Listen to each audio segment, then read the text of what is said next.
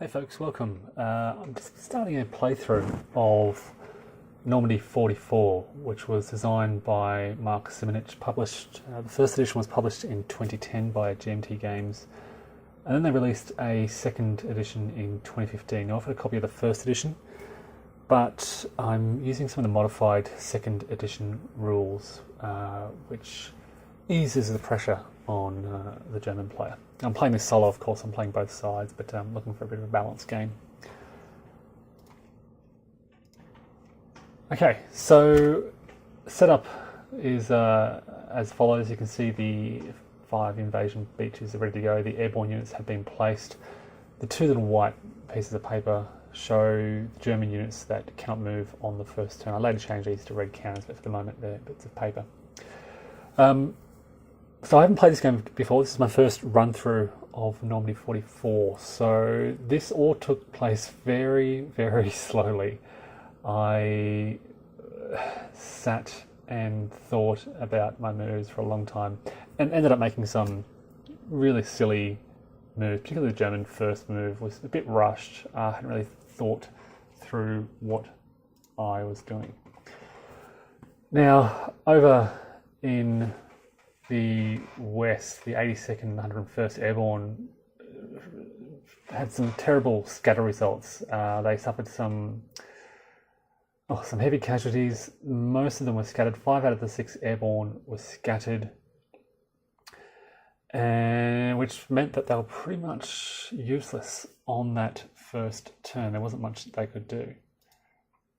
Over in the East, the British had far more success, and they only had one bad result, which was a one-hit loss and a scatter result, but the other 2 airborne units were landed safely and in good order. Unfortunately, I then made a mistake when moving the British units around. I just completely forgot about these guys, and so they didn't do anything on their turn. They didn't move anywhere. Nonetheless, they're in a pretty good position where they are.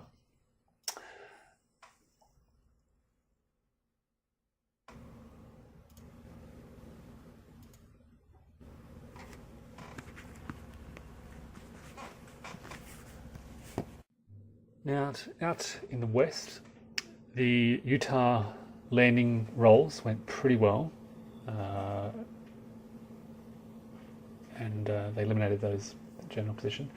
Omaha Beach was, of course, typically bloody. I rolled a 1 for the initial landing, and when you roll a 1 for the on the invasion table, you have to re-roll. So I think I suffered an initial hit, and I had to roll again where I suffered some more hits before finally making my way onto the beach and clearing out that initial opposition.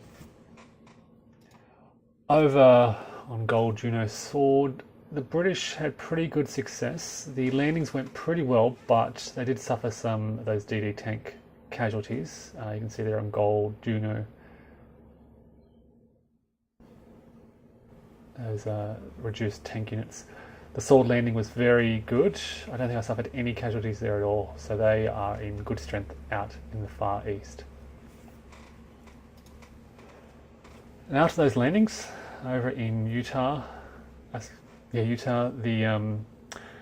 I guess the main American objective, there's 2 priorities here, is to link up with the airborne inland, particularly those scattered units that cannot attack, get supply through to them. But also I'm playing with the optional German coastal batteries rule, which places pressure on the Americans to clear those coastal batteries, and that's what I'm going to try to do. So I'm placing 2 early priorities, linking up with the airborne on this turn, linking up with the airborne and trying to clear the beaches, left and right. So this shows, actually this is after the initial German movement.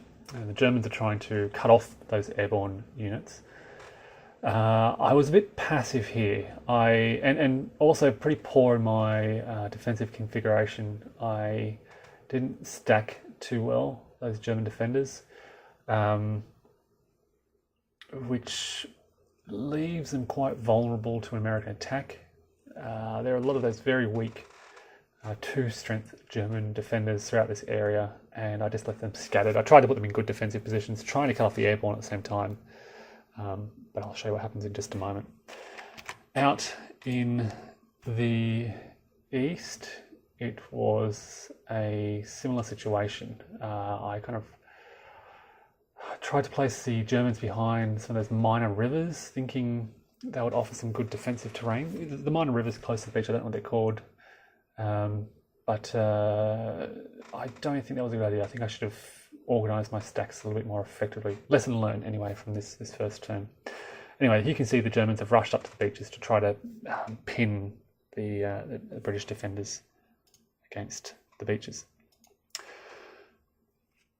German combat didn't go too well. They had one success against the airborne, which forced the defender to retreat, but the airborne put up a determined defence and rolled quite well and managed to cancel their retreat and suffer a step loss. And then the Americans countered, and you can see here on Utah and Omaha, they've pressed out to the west and the southwest. The follow-up waves have arrived, and those follow-up waves were responsible for clearing the German defences along the coast. I had some good success around Omaha, despite the initial failures or the problems with the landing casualties.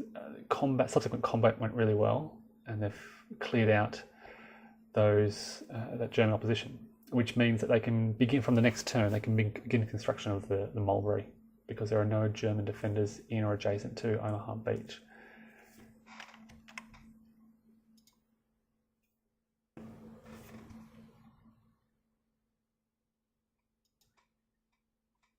And out in the east, British combat was also very successful. I think the lowest I rolled in any of these combats was a 3.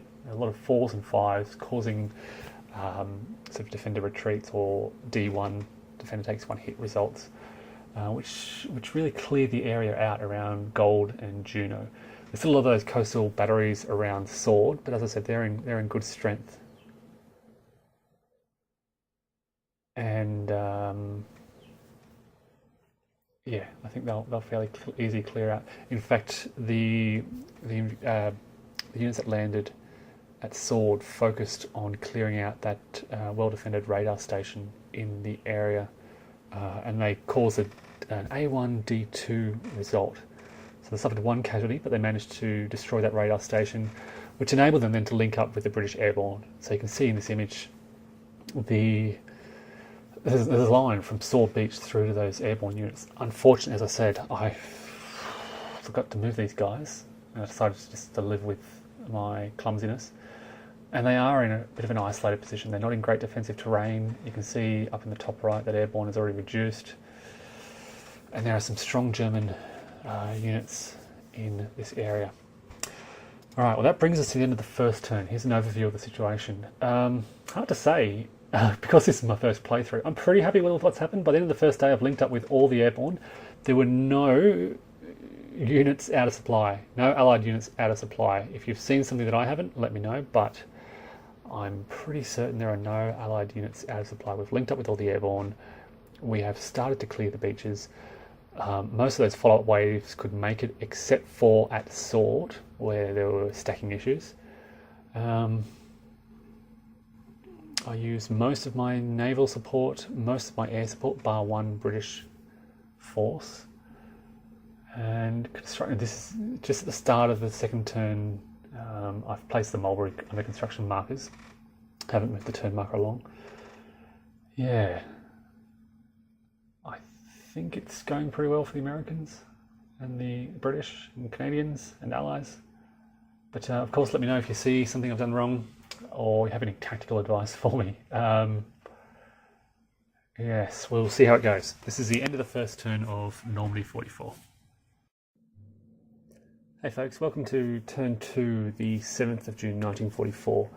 First of all, just want to correct a few mistakes that I've made. As you can probably see in this image, I used Allied air support throughout that first turn, and I've only just reread the section where it says that this is only available from the 7th of June onwards. I also, on a few occasions, forgot to pay for artillery shifts with supply points. Nothing I can do about that. But I think this all balances out by the fact that I forgot to move those British airborne out in the east. So I'm just going to continue as is. As I said last that video, I rolled really well for those Allied attacks, so it wouldn't have had much of a difference. Those one column shifts here and there. Alright, so we're into the 7th of June, and the weather is overcast 3. And we head straight into replacements now. The Germans decided to bring on 2 effectively dead units, and they've been placed just south of Bayeux. The idea here is to try to, when I placed them, I was thinking I would move these guys into Bayeux to try and slow down the Allied advance. I forgot at the time that these guys can only move 1 hex. I do correct this in just a moment, and they pretty much stay put where they are. Elsewhere, the Germans are just trying to really pull back from those positions. Out in the far west around Utah, they threaten the 82nd Airborne out in the far west by moving up against Sainte-Mère-Église and reinforcing their lines, getting some good hex bonds going. These are like stronger zones of control where there's a space between 2 occupied hexes. Enemy units can't move between that hex bond. And out in the east, relatively quiet, the Germans just moving up and forming a pretty strong defense of Caen and moving to threaten some of that British airborne out in the east. That's about all that they could do at this stage. Now, combat for the Germans went really well out in the west. They forced a DR result on the 82nd in Sainte-Mère-Église, and not wanting to suffer any more casualties, they decided to retreat, so they've headed back towards the Utah beaches. Just slightly to the west there, you can see there's 2 cadre units. One of them was there from last turn, but the one in the northwest, it was attacked from the left there, and they suffered a DR result as well. And they put up a determined defense, which enabled them to take a hit to stand their ground. And I think they did that because they didn't have a valid retreat path at the time. And over in the east, the Germans attacked the British airborne and caused I think it was a DR result, which forced them to retreat away from that vacant hex just northwest of Troarn. That's where they were, and they've pulled back northwest. That brought us then to the Allied turn. Now, the Allies assisting with their hopes to link up with the 82nd, form strong links, get a decent beachhead around Utah. So you can see here the Americans have attacked, this is after their first attack, they attacked some of those German coastal batteries just north of Utah, and overwhelming success, which enabled them to put some units in reserve. And they also cleared out some of the German defenders from just west of Omaha who were along the beach there. And over in the east, a British attack cleared out those German defenders of Bayeux and some of the other coastal defences around Juno and Sword. So you can see Gold, Juno and Sword there. They've cleared out all the German coastal batteries from that area. There's just the one coastal battery sitting between Omaha and Gold, which the British will have to clear out. And over in the east, the British airborne is pulling back to link up with the main forces coming through Sword. In the final, reserve movement and combat, the Americans just focus again on clearing out coastal batteries. They've brought up some good forces surrounding those German units just north of Utah. It's a pretty strong stack. It's got defense, I think, about 10, and they don't want to risk this reserve combat. So they wait till next turn, where if the Germans don't retreat, they'll hit them and hopefully hurt them pretty hard.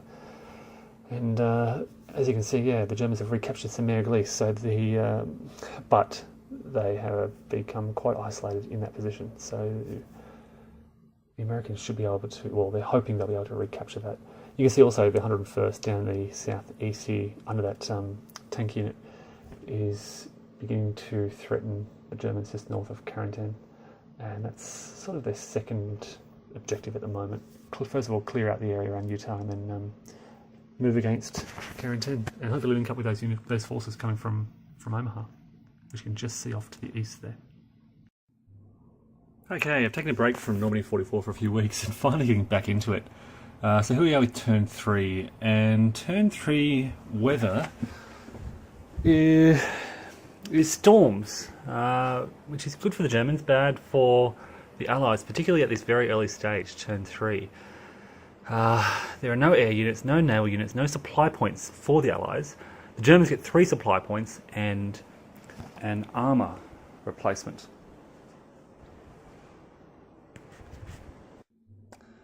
Now, out on the left around Utah Beach, the Germans are really tightening this noose around that Allied beachhead.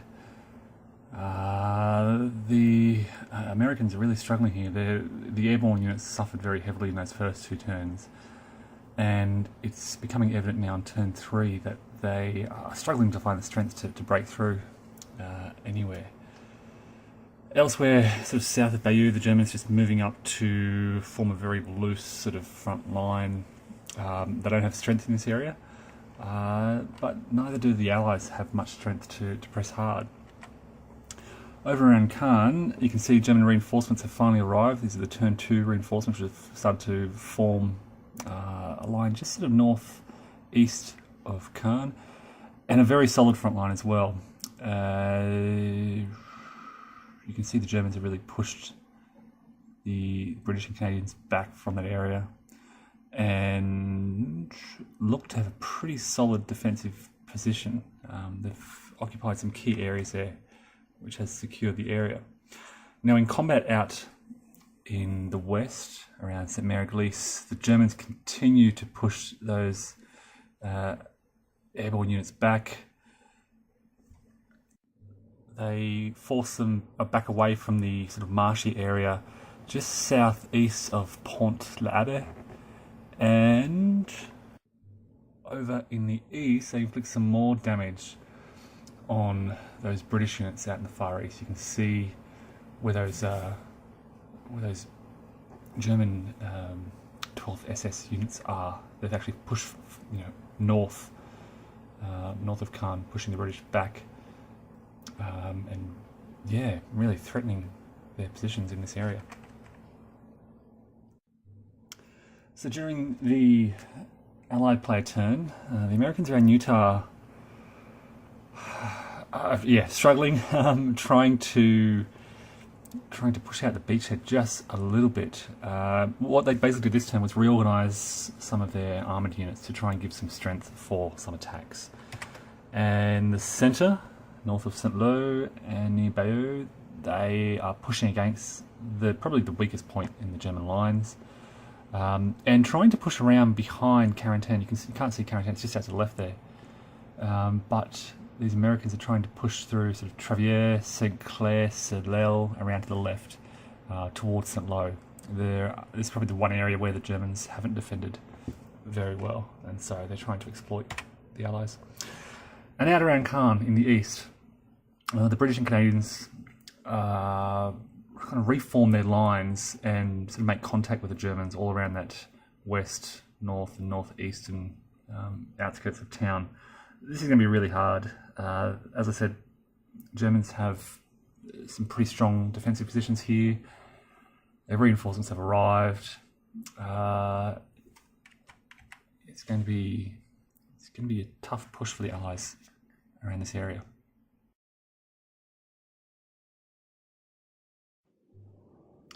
Now, I've just ran through the American combat out in the west here. I wanted to just pause and run through things to show you what bad luck the Americans have been having.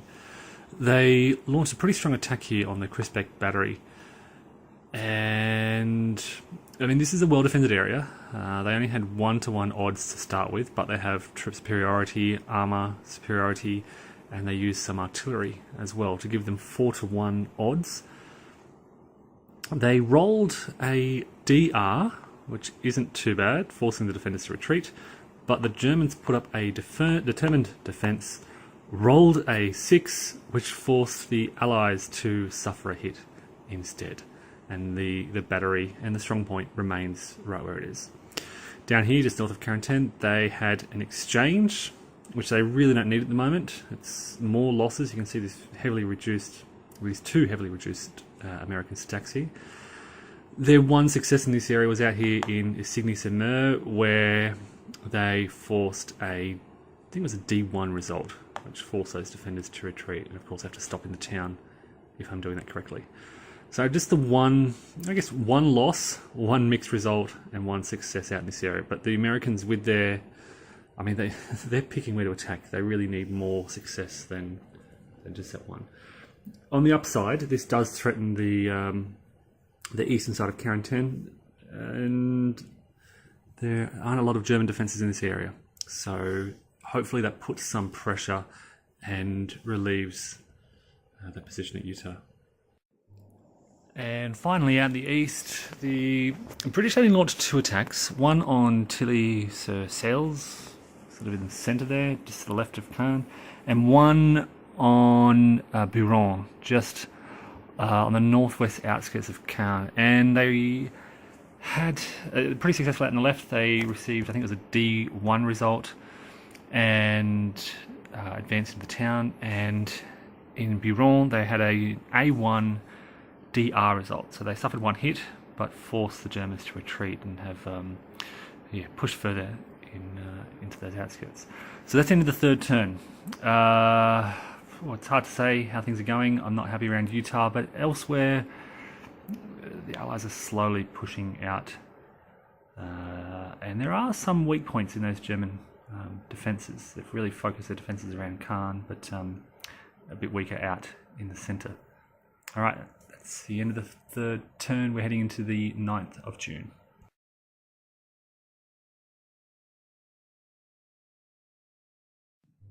Okay, it is turn 4, the 9th of June 1944, and it is another storm turn. So bad news for the Allies. The Germans get their supply points and replacements. The Allies do not. They don't get much in this turn, which, again, turn 3 and 4 storm turns is pretty disastrous start for the Allies. So the Germans get their reinforcements, and they mainly sent into this area between Saint-Lô and Caen, just filling some of those gaps really and defending key positions in this area. They don't do a lot over in the left around Utah. They've got a pretty strong position to really hem the Allies in around this area. Moving around to, I guess, bolster their defences around Carentan. But not much happening in this area. Out around Caen, those reinforcements arrive, and they're now in a good position to hit those British troops, particularly out on the right, on the right-hand side in the northeast there. In the combat that follows, the Germans, the 12th SS, and a few other divisions managed to force the British back across that canal, and the Germans in this area have really shored up their defences of this area, making it very hard for the British to push in just that northeastern region. Now, during the American movement turn, of course, no reinforcement points available. They can't do much in Utah. All these units are pretty heavily reduced. They can't do much just east of Carentan. There's now a river there with some units blocking that. So they're trying to push down towards Saint-Lô. And you can see that drive taking place.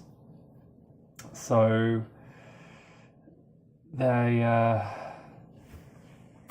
there's not a lot they can do. The Americans drove the Germans out of the woods between Saint-Lô and Bayeux.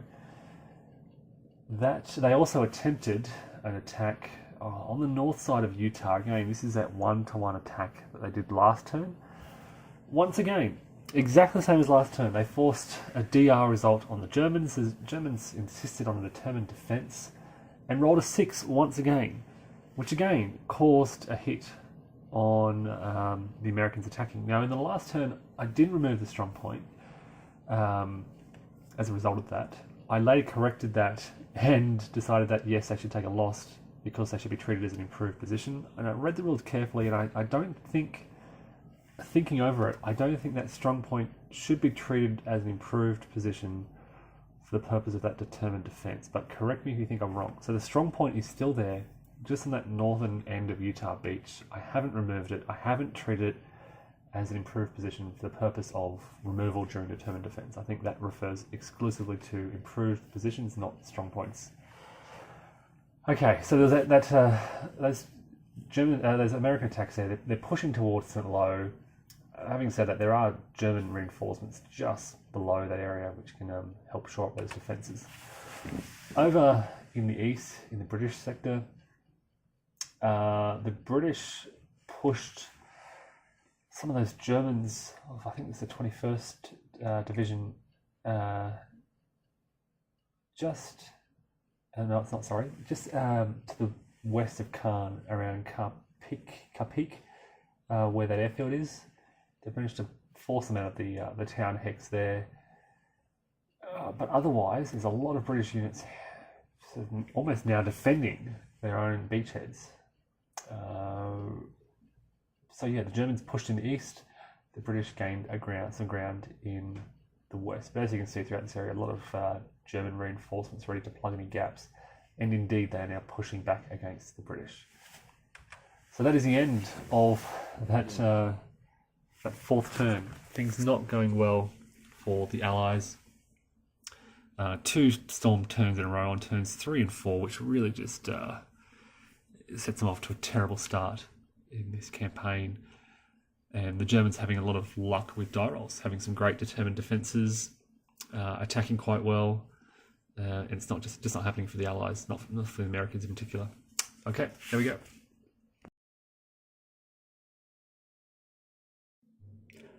Okay, here we are, turn 5, the 10th of June, and finally the Allies are getting some clear weather.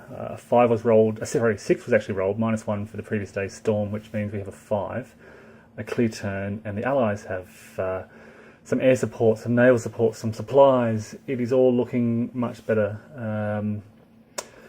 for now. It's a good start to the turn for them. So turn 5, the Germans go first, and they bring their reinforcements very quickly into the fight. You can see they're plugging those gaps around St. Lo on the left there. There's not a lot they can do around Utah. They have some good defensive stacks. They don't have a lot of offensive power in this area, but they're defending some key areas quite well. They still hold some air Greece. There is that strong point in the north, which they're holding quite well. Further to the southeast around St. Lo, they are holding key areas behind rivers and in woods quite well. There is one isolated unit just south of Bayeux. And as we look further to the east, you can see the Germans have begun to withdraw their forces from around Cabourg on the coast, and they're following those roads around to move to the left, or the sort of west of Caen.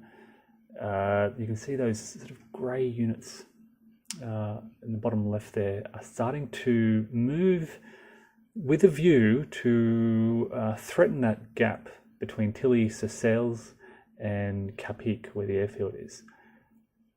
In the very least, they're going to threaten the British and Canadian forces here and force them to respond. This is because over in the northeast, they have a pretty good defensive position. Now they've forced the British across the canal in Ouistreham.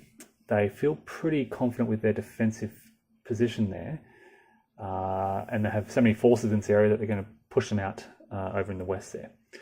So as it turned out, there was one German combat over near Utah. They were trying to hurt a weaker American unit, but as it turned out, with the J-boss table and I guess decent American defense, the Germans suffered an A1 result.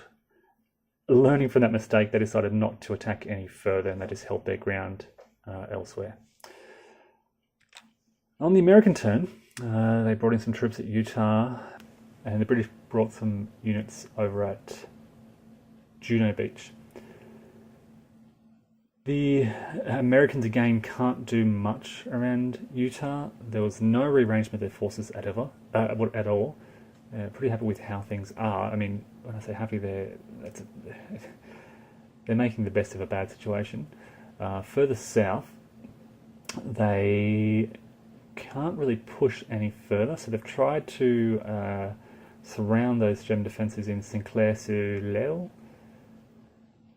and the British are trying to threaten the German forces just south of Bayeux. In the attacks that followed, there was one attack up in Utah which went very well for the Germans. They forced a DR result, I think it was, which forced the Germans back from that strong point. You can see just on the northern end of Utah, they've now cleared out part of that area and forced the Germans back to their strong points around Valognes and along the coast, but no other attacks in this area. Further south, they launched a very strong attack on Saint-Clair-sur-l'Isle. It was successful. The Germans launched a determined defence and passed, but with the reduction of a step of their lead unit, which you can see there on top. Over in the British sector, they finally cleared out those German defenders in the woods south of Bayeux, which will enable them to move further south. And they managed to clear some German defenders just north of Caen, which has pushed them to the outskirts of those city hexes. So, as you can see, they've moved around to the left to confront those Germans attempting to outflank them. But they're moving further on Caen, and as you can see, they're just on the outskirts of those blue city hexes. And that pretty much brings us to the end of the 10th of June. So a few attacks, this clear weather, naval support, air support, using their artillery has it's been a change in confidence for the Allies. After the previous two turns of storm, this clear weather has really helped them, and they're very relieved to have some attacks going, and actually going well. Not only being able to attack, but rolling quite well in these attacks, which is renewing their confidence for this turn. So here we are then at the end of the 10th of June.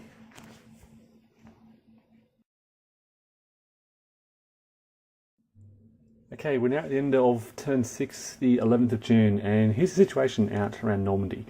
Out on the left you can see a lot of German reinforcements arriving. They're pushing into those spaces around Saint-Lô, trying to relieve those reduced German units around Saint-Clair-sur-l'Isle. Not much happening around Utah. It is very quiet here. The Americans are probably not outnumbered. They probably do outnumber the Germans here, but they just don't have enough strength to really push anywhere. And so the Germans are pretty happy with the ground they've held. They do shift around a little bit in the north of that area just to strengthen two key positions. You can see they're entrenching just near Carentan, and there's another one down the bottom right near Caumont. And yeah, that's about it for the German movement in this area. Out in the east around Caen, you can see the Germans now pushing onto the left of Caen to surround some of those Canadians. But again, that's about all they've done in this area, just hitting the Allies out on the flank there. That's it for now. You'll see the situation change in just a moment. After combat, you can see the Germans securing the situation around Saint-Clair-sur-l'Isle. They have pushed the Americans back, caused some losses, and strengthened the town. That was after their single combat in that area. They're now in a pretty secure position behind the river and the town. Tough for the Americans to break through. And around Caen, they succeeded again in their attack on the Canadians, forced them back, and then in their advance they pushed against the Allied lines and are now threatening Tilly-sur-Seulles out on the left of Caen. So again, things looking pretty good for the Germans. In the American turn, they brought in some more reinforcements at Utah. The British brought some more in at Gold Beach. You can see around Utah in the north, the Americans trying to threaten those German positions alongside the beach. This is one of those strong points. I think the last strong point along the beach, along the Utah Beach area there. British also trying to remove that last remnant of a German strongpoint just north of Bayeux. But other than that, there is not a lot they can do in this whole, and the Americans are really just hamstrung in this area. There's not a lot they can do. Out in the east, the British try to relieve Tilly-sur-Seulles and hurt those Germans who have possibly overextended. And they do launch some attacks along the lines. I'll show you the situation there in a moment. So around Utah, the Americans are successful in their attack on the north. They remove that strong point, but there's not much happening elsewhere. They do get a hit on the German defenders in Sinclair-sur-Loire. In fact, I think this is a DR result that the Germans turned into a successful determined defence, but they suffered one hit in the process. So they still hold Sinclair-sur-Loire. They will have the opportunity to reinforce the town and strengthen it even further, but they hold it for the time being. And over in Caen, I can't recall what happened around Tilly-sur-Seulles, but there is a reduced German unit there which still holds the ground. I think that may be another determined defence. And there was another determined defence in Caen. You can see that northwesternmost exposed hex of the city. The Americans the British launched another successful attack there. But another German determined defence. They've been very lucky with their determined defences. So that's the end of the turn. Germans are defending very well. Americans and British and Canadians is butting their heads against these well-placed defences, I think. But I think from next turn the mulberries will be complete and the Americans and British will be able to bring on even more reinforcements. And we'll see how things go from there.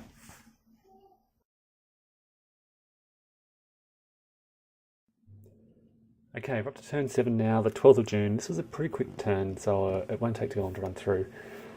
The Germans did a fair bit of movement, but no combat at all. So out on the left here, you can see some German reinforcements moving around at the west-hand side of Utah Beach. These are reinforcements that have just arrived using strategic movement to quickly move up into this area. The Americans are starting to push out those boundaries, and so they've sent two Panzer Grenadier units up to reinforce this area. Also reinforcing St. Lo and more reinforcements being pushed into the right-hand side there. Around the Caen area, there's some replacements appearing near Villers-Bocage and just a straightening of the line. You can see some entrenchment taking place near just to the left there. And that was about it for the German movement, just strengthening their position, no combat taking place at all. They couldn't find any place where, there are a few reinforcements arriving, and they're thinking maybe next turn they can launch some counterattacks, but for now, just strengthening their lines and some of their weaker positions. In the American turn, the Allied turn, sorry, reinforcements arriving via Utah Beach and more appearing on Gold Beach. The Americans didn't do a lot of movement, but there were quite a few attacks along the line. Out at Utah Beach, they're pushing further north along the coast, again trying to put pressure on those German strongpoints. They are also pushing out around Sinclair-sur-Loire, still trying to push the Germans out in this area. And the British are trying to put some pressure on that far left of that German line west of Caen. And during combat, the Americans actually recaptured St. Mary-Église. This was a pretty low odds attack, but they forced, I think it was a DR result from memory, which kicked the Germans out. So the Americans have recaptured St. Mary-Église. They, I believe, caused some damage in the north, right at the northern end of north of Crispec Battery. They forced, I think it was again from memory, a DR result. I think there was a determined defence here, which let the Germans hold their ground. Out near Caen, there were British attacks all along the line. Now, there were a few exchange results. I think there were 2 or 3 exchange results along this line. So you can see some reduced British, but also some reduced German units along this line. The one point where the British did have success was on the far right, northeast of Caen, where they forced, as you can see, those disrupted German units back over the Orne So they secured that western side of the Orne, and again are right in the outskirts of that city. So yeah, I think the Allies started to get a bit more aggressive with their attacks, and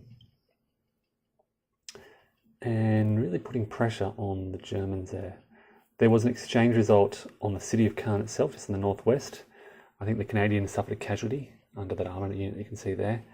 But that was about it for the 12th of June turn. Just a lot of combat along the lines. And that brings us to the end of the 12th of June.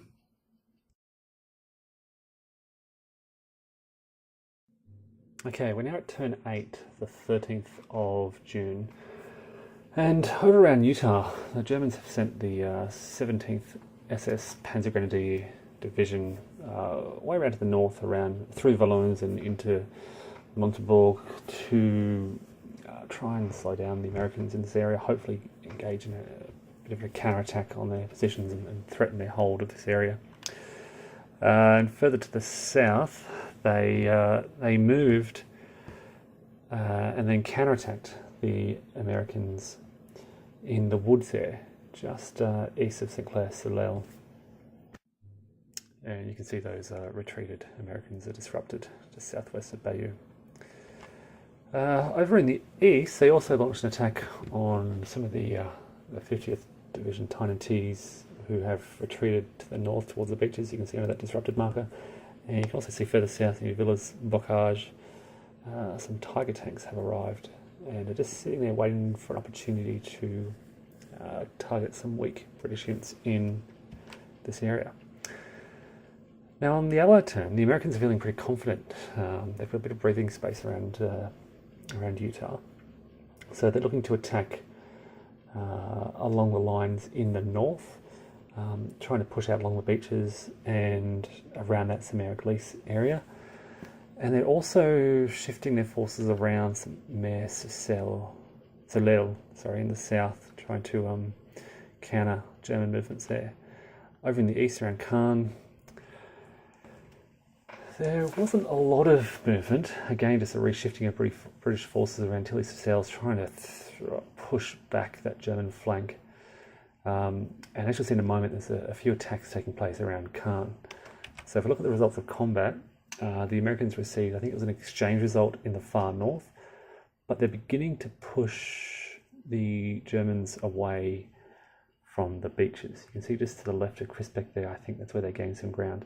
So they're just on the outskirts of Montebourg on the 13th of June.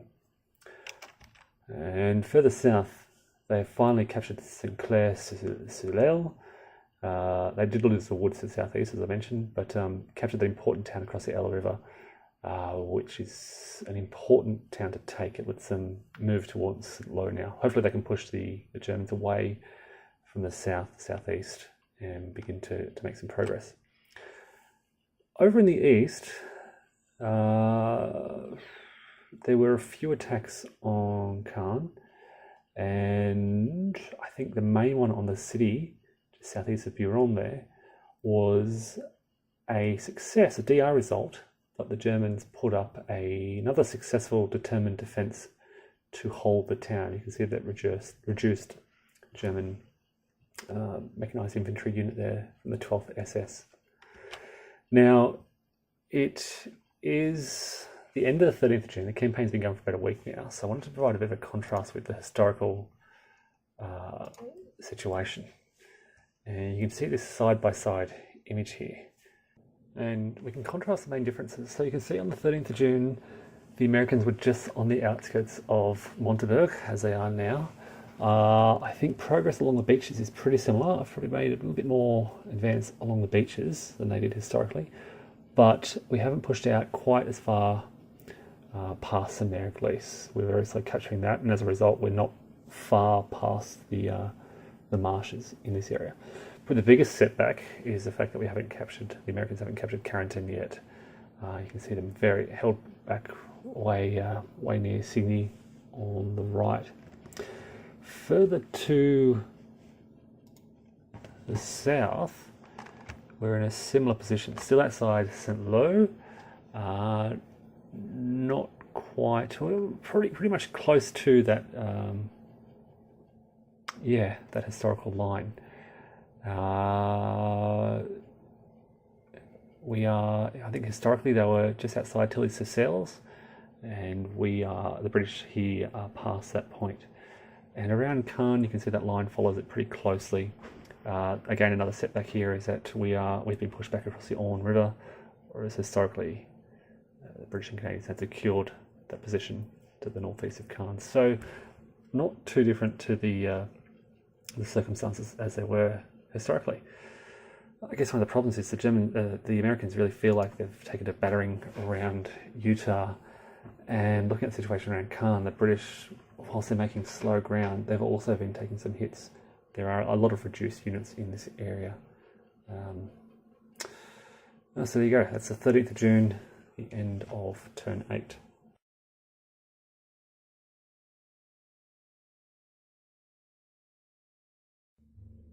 Okay, it is now Turn 9, the 14th of June. And with a lot of strong German reinforcements arriving, the Germans have decided to put some pressure back on the Americans by moving into a position where they can launch some decent counterattacks against these American and British forces.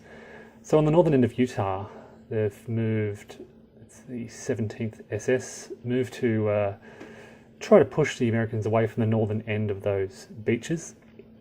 And to the east of St. Lo, the 3rd Fallschirmjäger have tried to move to attack the Americans in that wooded area and around that town of Balleroy, just sort of southwest of Bayeux. There are also some Germans moving to threaten some weak British units on the far left of that British line, west of Tilly-sur-Seulles. And the Tigers have joined the fight and are putting pressure on the British just southeast of Tilly-sur-Seulles, just in this region west of Caen, sort of between Caen and St. Lo. Okay, if we look at combat, the Germans received a DR result on the attack on the Americans on the beaches near Quenneville, and the Americans just retreated from that area, already reduced. They didn't want to put up any determined fighting. And they had pretty good success in their attack in that wooded area just to the east of Balleroy. They received an A1 D2 result, so they did suffer a loss, but they eliminated the British defenders in this area, which let them put their units under reserve movement markers. It wasn't really necessary. They basically just exploited that area, pushed against the Americans near Balleroy and against those other British units near Tilly-sur-Seulles, opened up a bit of a gap between the two forces along that Orre River. They also scored what I believe was a DR result on those British near to the southeast of Tilly-sur-Seulles, pushing them back. You can see the result of that combat there. Now, these German stacks are all pretty strong. They don't want to push out too far. They want to keep these good defensive positions. But they are creating some problems along this sort of the link between the American and British forces. Now, during the Allied phase, the Americans and British are bringing up a lot of replacements and reinforcements, as you can see here. They are, despite that pushback around Utah, they are nonetheless moving to threaten those German positions in the northwest. So they're moving northwest out of Utah.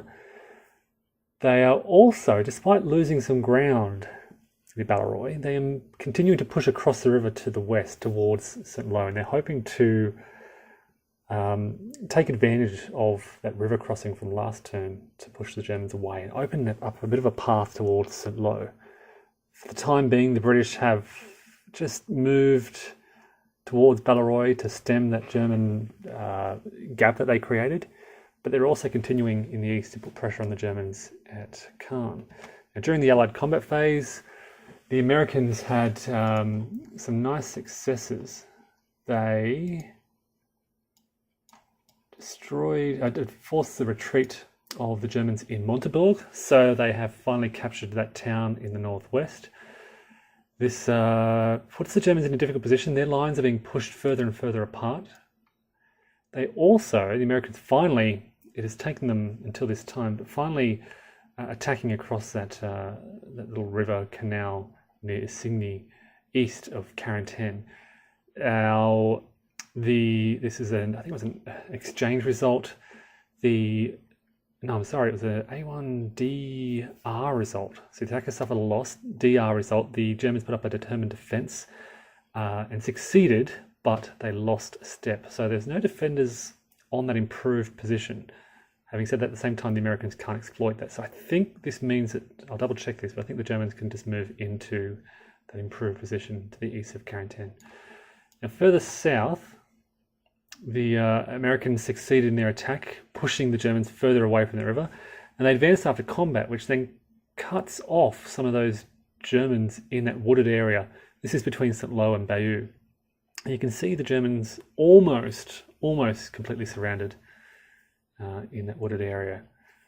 Having said that, the Americans are also not in a great position. They've left themselves pretty isolated. I think they were hoping here with their advance to force the Germans to pull back from this wooded area back to the defense of Saint-Lô.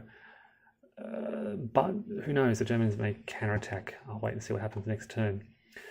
No attacks in that Balleroy area. No attacks to the west of Tilly-sur-Seulles, but again there was a series of attacks along those lines around Caen. And once again the British scored a DR hit on those German defenders in the city hex in the northwest area of Caen. And once again the Germans in this area launched a determined defense and succeeded, I think they only needed 3 in these city hexes, and they scored a 3, which reduces the lead unit by 1, which was unfortunate for the Germans, but they still hold those hexes. Now, because the Germans have moved all their forces around to the west of Caen, it's leaving them a little thin in these city hexes. I think some of these hexes are now defended by about 4 strength worth of Germans. Anyways, that's a situation there. Some gaps on both sides of the line, but this is the situation at the end of the 14th of June. We're now at turn 10, the 15th of June, and the Germans are behaving far more aggressively now. Up in the north, they're again putting pressure on the northern end of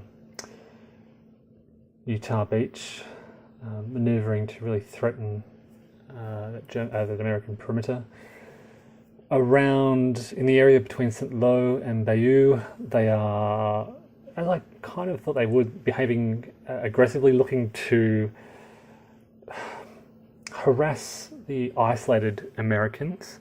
You can see them just to the northeast of Saint-Lô, but also threaten them all along the line in this area. There are quite a few reduced American units here, and the Germans are looking to strike wherever they can, and combat was quite advantageous for the Germans, as I'll show you in just a moment. Out in the east, the Tigers again looking to get into action just south of Tilly-sur-Seulles, whilst around Caen, the Germans really just defending around here, trying to form some good defensive stacks and let the British waste their resources in attacks on the city. So if we look first at the attacks around Utah, you can see the Germans have recaptured Montebourg in the north, pushing the Americans back from their positions. In the southeast, around Saint-Clair-sur-l'Eau and Saint-Jean-de-Day, the Germans had a success across the L River. They forced a surprising DR result. I think the odds here were only 2-1, if that, and they forced the Americans back. Those Americans should be marked with a disrupted counter up in the northeast, but they're not. So now the Germans pushing across that river and forming a bit of a bridgehead across the L, which can really threaten all the American positions in this area. Looking at the bigger picture, you can see further to the east, the Germans have also recaptured Balleroy and are really threatening, I think, Bayeux here. You can see reduced American and British units in this area. There is some bocage territory, but I think with the strong German tanks and I guess strong units in this area in general, they can really drive in force to Bayeux. So they did that on the left around Balleroy, recapturing Balleroy. They forced the British back near Tilly-sur-Seulles on the right. Again, Tigers getting involved. And this whole area here, south of Bayeux, is really turning towards the Germans. Now, on the Allied turn, around Utah, the Americans counterattacked north of Montabaur and forced a DR result, which pushed the Germans back out of the area. Montabaur is now surrounded in the east. It looks like the Americans might capture that in the next turn or so, recapture that, I should say. But they're also pushing the Americans back out of the area. They're pushing the Germans out of the area. They did launch an attack around just to the north of Carentan, which was an exchange result. And further south, just northeast of St. Lo, they are trying to really pull back away from the area. They found themselves a bit exposed, and they're trying to get back to the Ella River. Not many attacks in this area for the Americans. They just don't have the strength to do so. Around Caen, it's really the British in a bit of damage control to the west of the city, trying to reorder their line and protect Bayeux. At the same time, they launched a pretty strong attack on the city again, and this time they forced another, I think it was an A1, D1 result, which forced another determined defense by the Germans, which once again was successful. However, you can see that that flak counter, the 345 on the northern side of Caen, which is the sole remaining defender of that hex. So the Germans are going to respond to defend the city if they want to hold that, which I think they certainly do. So there'll be some reshifting of forces in this area. Looking at this, the British have wasted a lot of their units just in holding this line. I mean, they're holding a front line for Ouistreham all the way down through along the northern outskirts of Caen. Maybe they should have held this a little weaker and shifted some of those forces out to the west. Because, as I said, the Germans are pushing towards Bayeux and there aren't many British forces in that area. So, of course, I should have mentioned this is a storm turn. So this all helped the Germans to shift their forces, gain supplies, and there are, of course, no Allied forces coming in at the beaches. That's the end of turn 10.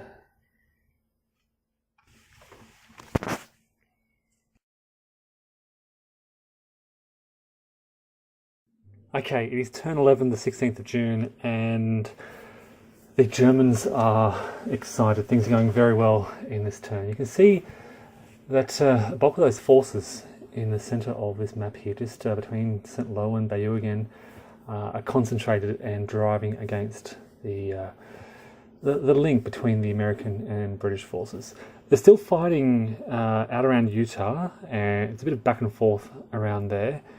And out around Caen, they're more to the left of the city there. They're trying to drive against the British. That area northeast of St. Lo is where they're focusing most of their efforts, shifting some stacks around, trying to get those tanks into action and trying to hurt the Americans as much as possible as they're being forced to pull back away from the lines. And let me show you what's happening with combat.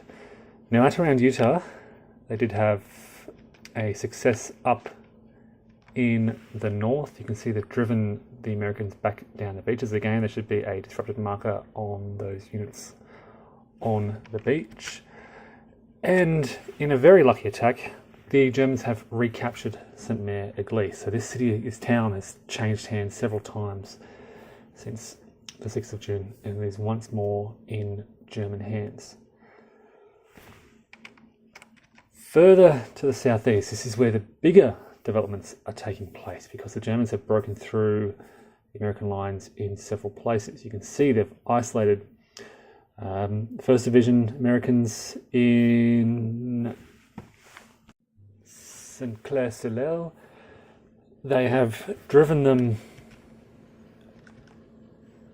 away from Balleroy in the centre, and they have recaptured Tilly-sur-Seulles out on the right. So they're hitting both the Americans and the British, driving a wedge between these forces, and you can see just at this point there's a clear road to, well, not a clear road, but almost a clear road through to Bayeux in the centre there. Of course, with the Americans and British still to go. But they're doing so without taking too many losses. You can see some quite strong, healthy German units throughout this area. Some strong armoured units, the Tigers in the centre, of course, spearheading that attack, but also managing to trap some of those Americans out on the far left. And the American and British response was a bit panicky. Out around Utah, they are still trying to control the situation, still trying to push the Germans back. They, near St. Lo, between St. Lo and Bayeux, they are effectively trying to pull back away from that area, trying to save their forces, and trying to reform a defensive line in the face of this German offensive. So you see a lot of British units are moving into Bayeux, and you can see behind the lines of sort of northeast of Bayeux, some of those British units are shifting over from the attack, the offensive on Caen. So because of this German offensive, the British have weakened their positions around the city in the east. Their lines are weaker, and they're shifting all these forces over to the Bayeux area. The Americans, however, don't have many forces to shift around. You can see they're disrupted, they're reduced, some of them are trapped, and they're feeling a little desperate. I guess the one thing saving them is that L River is still a boundary. The woods are still a bit of a slows down the Germans a little, and most of those German tanks are over to the right. Now, the Americans did try to launch some attacks in Utah, a couple of very low odds attacks, which didn't go too well, but they did have one important success just north of Carentan. You can see now they're just on the outskirts of Carentan in the south, the Utah perimeter. That's about the one significant success they did have in the region. Over in the east, again, the British were trying to make an impact, but they suffered an A1 result in their attack on Caen. So things, even there, starting to go against them. That was about all they could manage in terms of offensive actions on this turn because of their need to pull back. You can see this terrain here. It's clear and mixed. It's not very well suited for defensive action. So I think the British are going to be in trouble as the Germans certainly have some enthusiasm. Their backs up and they're driving hard. All right, so that is the end of the 11th turn. The Germans certainly feeling optimistic about their future. And I should just clarify once again, this is the second consecutive storm turn. This is why the Germans are feeling good. This is why the British aren't able to bring on more reinforcements, or the Americans. This weather really shapes things considerably. Okay, it is turn 12, the 17th of June, and things are going from bad to worse for the Allies. The Germans are moving in strength towards Bayeux. You can see the Tigers on the outskirts there, just wait until you see the combat results. They are shifting forces through into this area, creating, as you can see already here, just after movement, a bit of a bulge. You've got the out of supply Americans near Sinclair-sur-Lelle, and they are also behaving more aggressively around Utah because they can. So let's have a look at the combat results here. Up around Utah, you can see they've pushed back the Americans from just north of that Crispbeck battery. This then threatens those Americans out in the north, just south of that Snope River.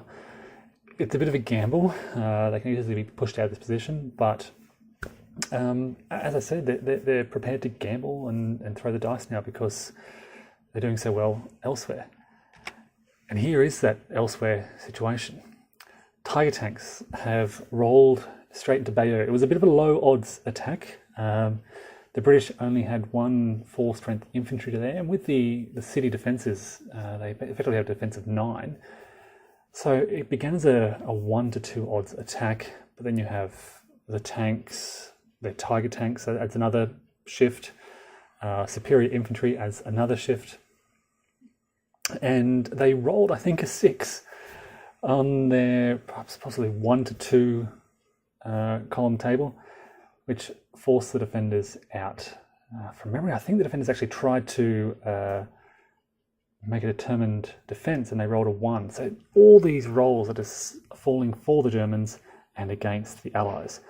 The same thing pretty much happened all throughout these lines here. There were, I think in 3 or 4 combats, there were 6s rolled for the combat, which drove the Americans and British back. So you can see not only have they just captured Bayeux, but they secured a whole lot of this area, and a number of those American and British were forced to retreat and were disrupted in the process. Now, the Americans tried to counter, and in a pretty strong attack, tried to kick those Germans out of that area just east of Montabaur, but they rolled a 1 on their attack. This is what I was saying. The Germans just getting everything going in their favour. The Americans, when they rolled to attack, they roll a 1, which results in an A1 result. You can just see that 23rd 2nd unit there, now reduced to the 4-4 side.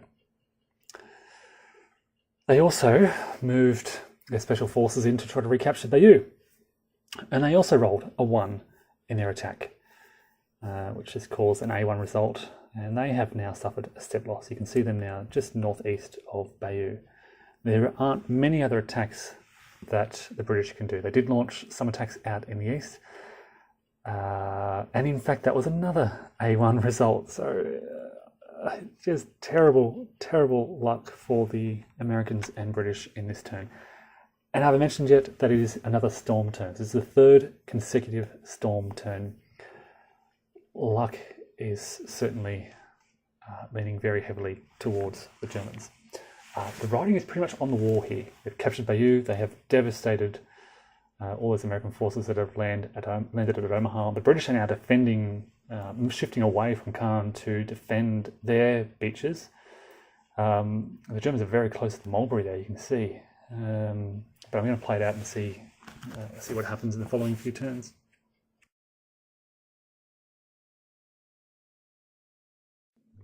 Okay, it is turn 13, the 18th of June. The end is in sight and the Germans know it, so they're attacking quite freely throughout the lines.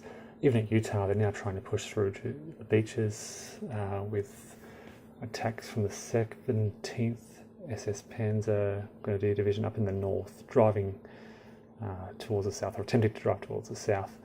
I think they got an exchange result in their attack, but they've still managed to isolate those Americans up in the north. Now, of course, around Bayeux, this is where most of the activity is taking place. The Germans have pushed now across the Our River. Omaha Beach lays directly ahead of them, and I think there's only 1 American infantry unit blocking their path. The others have sort of been trapped against those marshes to the left.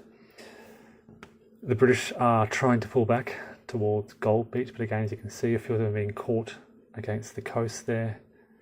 And again, Germans rolling reasonably well in their attacks. A few exchanges, a few DRs, but gradually pushing the British back.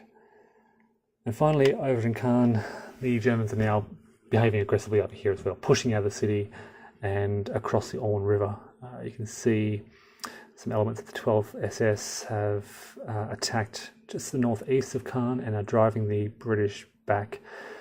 I think they were also successful, the 12th SS, over on the left of Caen in driving some British back behind Boulogne to the northwest of Caen.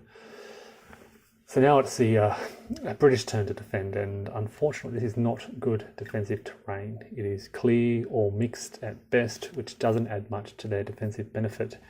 And all those strong German SS units in the area are still very fresh and are now preparing to basically drive the British into the beach.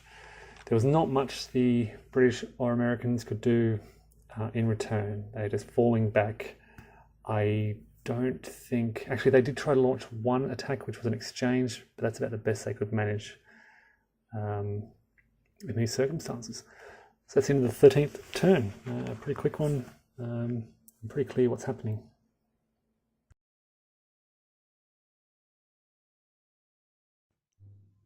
Okay, so I realised just at the end of that last video that the Germans have accomplished their automatic victory condition, which is to reduce 7 three-step American units down to their cadre level.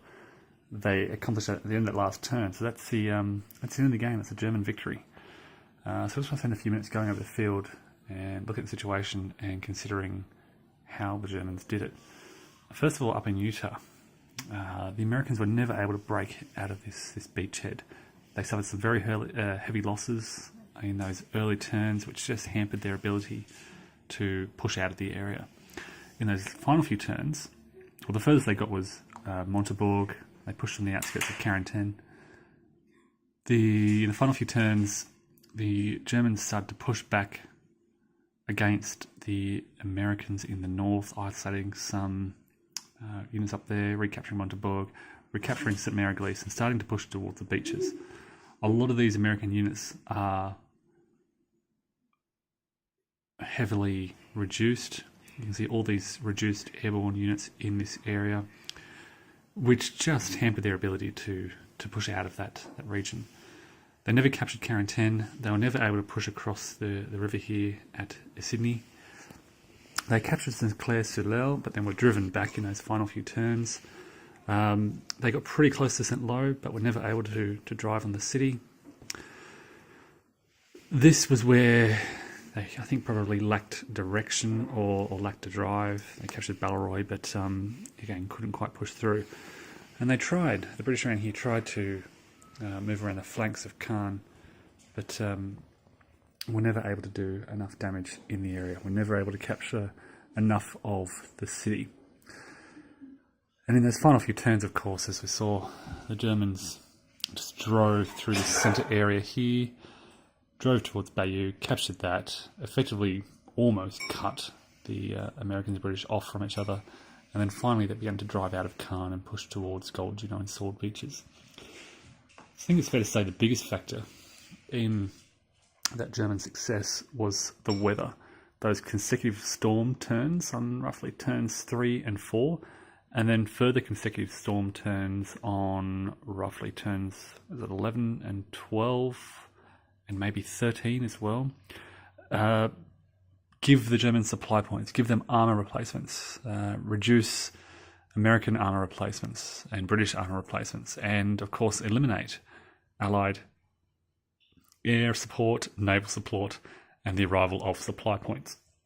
All of that provide the perfect conditions for the Germans to launch their counterattack, which they did straight through there towards Bayeux. The inability of the Allies to bring on supplies, they're hampered by so much, it's just devastating. And ultimately, I think that was the key factor in helping the Germans with their drive to victory, effectively. All right, well, that is Normandy 44 by GMT Games. As I said, this is the first edition, published several years ago by GMT, still available, and there you go.